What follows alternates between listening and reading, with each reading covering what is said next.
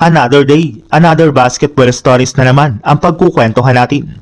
At ngayon nga pag-uusapan natin ang balitang delikado pa rin nga po ang kalagayan ngayon ng Phoenix Suns at ang latest update sa pagbabalik ni Stephen Curry sa Golden State Warriors.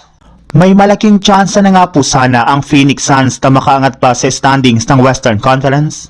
Since masyado nga pong nag-struggle ang mga kupunan na nasa itaas ng standings katulad na lang ng Houston Rockets at Minnesota Timberwolves na nahihirapan na makakuha ng panalo mula nang mawala at magtamo ng injury si Anthony Edwards sa kanyang tuhod.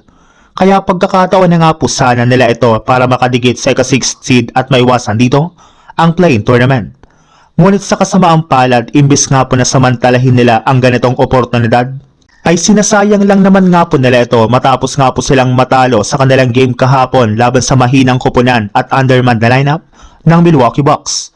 Masyado rin naman nga po sila ditong nagpakampante hanggang sa tuluyan na nga po silang ma-upset nito sa loob mismo ng kanilang home court na hindi kinatuwa ng kanilang mga fans. Imbis nga po na umangat sila sa standings ay nagdedelikado pa nga po sila ngayon na bumagsak pa sa standings ng West. Sa ibang balita naman, dahil nga po sa parating pagkatalo ng Golden State Warriors, ay marami na nga po sa kanilang mga fans ang nagrereklamo na sa kanilang team lalo na kay Brandon Podziemski na sinisisi at tinuturong dahilan bakit hindi sila manalo-nalo sa kanilang mga nakalipas na laban. May ilan na nga po dito na nagsabi na kailangan na nga na po talagang i-trade ng JSW si Podziemski kung gusto man nga po nalang makapag-compete sa kampyonato sa susunod na season.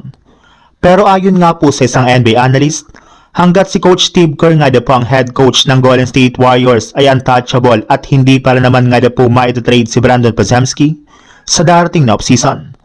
Malaki pa rin nga po ang paniniwala nito na si Podziemski ang susunod sa yapak ng kanilang superstar na si Stephen Curry.